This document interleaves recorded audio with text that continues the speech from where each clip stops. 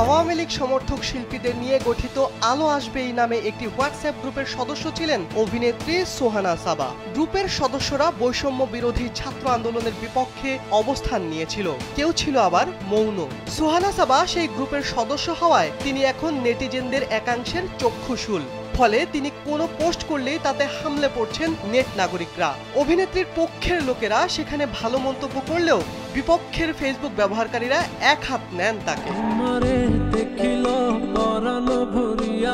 রোববার ফেসবুকে একটি ছবি পোস্ট করেছেন সাবা। ক্যাপশনে তিনি লিখেছেন, কেউ থামায়নি ইতিহাসের পথে চলা, যুদ্ধ জয়ের গল্পে আগামীর আশা জ্বলা, জানি বাধা আসবে তবু থামবো না কোনোদিন, দেশের জন্য আলো আনবই আমরা সেই দিন। এই পোস্ট করার সঙ্গে সঙ্গে মন্তব্যের ঝড় উঠেছে সাবার পোস্টে। ওসব কমেন্টের রিপ্লাই দিয়েছেন অভিনেত্রী। মিশ্র মন্তব্যের প্রতি উত্তরে সোহানা লিখেছেন, আরো সুন্দর সুন্দর কমেন্ট পোস্ট করুন, অলরেডি 10 জনকে রিপোর্ট সহ ব্লক লিস্টে পাঠিয়ে দিয়েছি। বড়শি দিয়ে মাছ ধরার মতো কাজ করে এই কমেন্ট বক্স খোলা রাখাটা।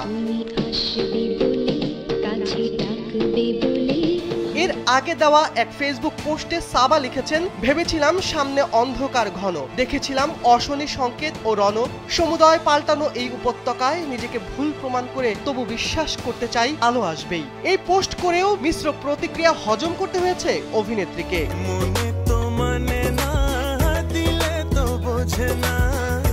শিবলি আহমেদ, কালবেলা।